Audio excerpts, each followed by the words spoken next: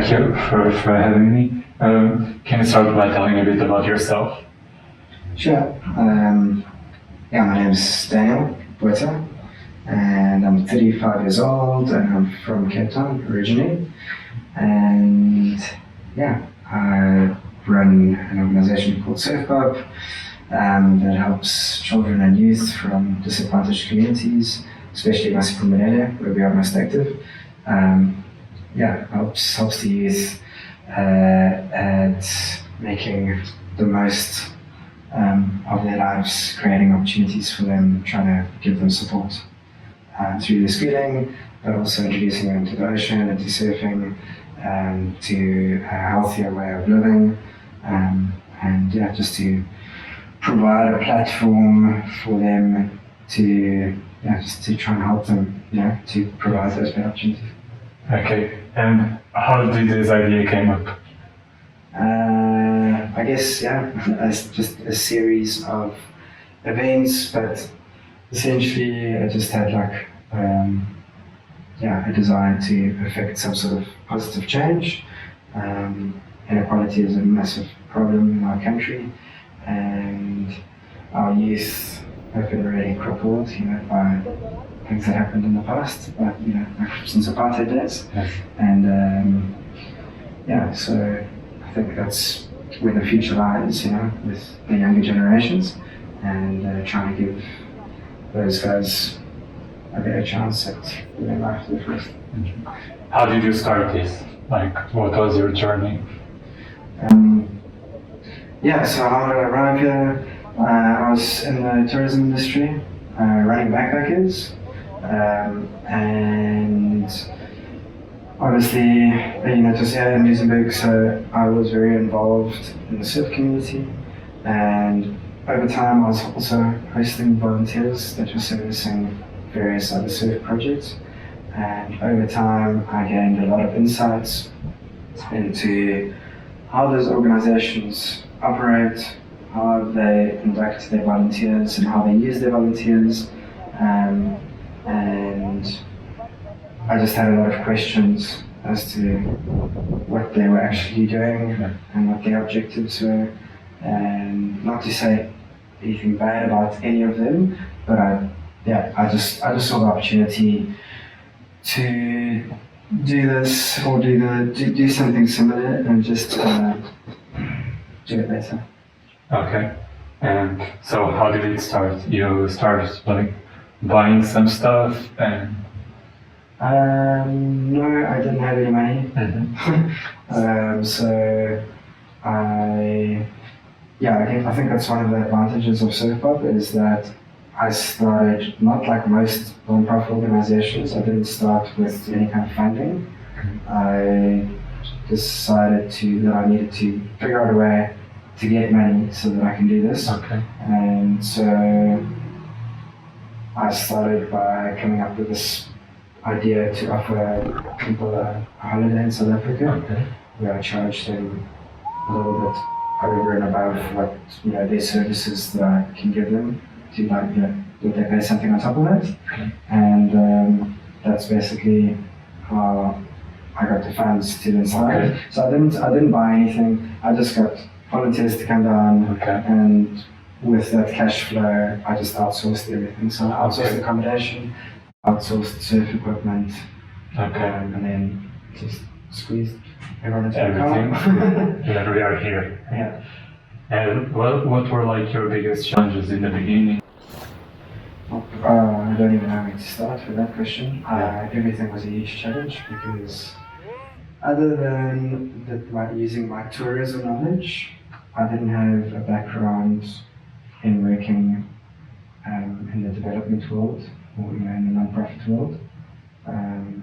So I had not much experience working with children either, to be honest. Mm-hmm. I was familiar in being in the water and teaching, because I had done surf instructing myself, but everything was fairly new to me.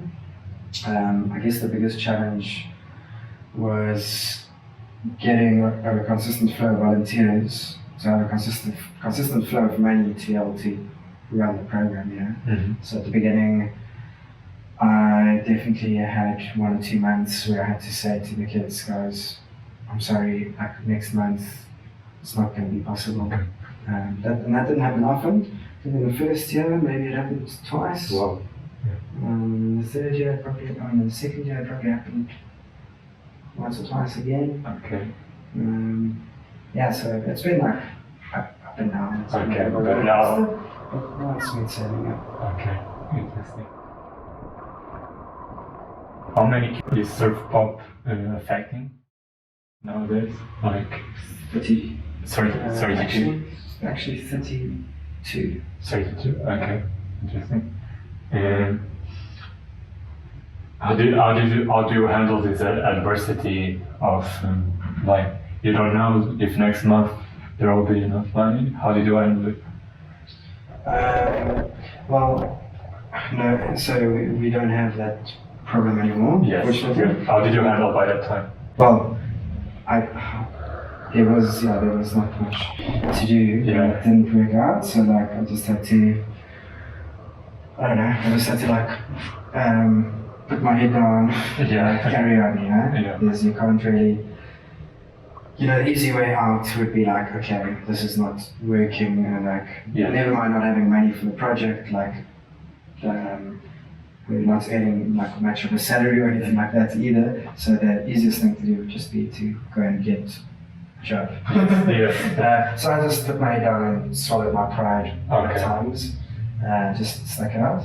Yeah. But it took quite a few steps to get here, which included growing the volunteer business bit by bit, getting access to funding through like an official non-profit organization, registered an official non-profit organization, and also setting up a non-profit in the Netherlands. Okay. So now through that can raise funds So for the foundation here. yeah. What do you want Surfpop to be in the future? What are your dreams for it?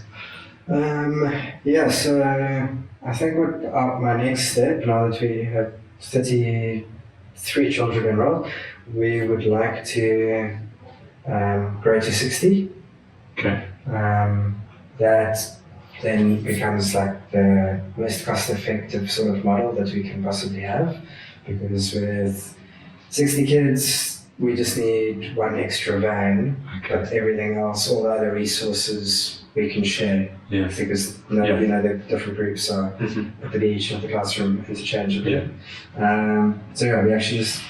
We just need a bus. We already have the extra classroom, and once all of that is running super smoothly, I think there's a lot of opportunity to start other projects in line with Surfpop. So, but lots of cool, fun projects as well. You know. Yeah.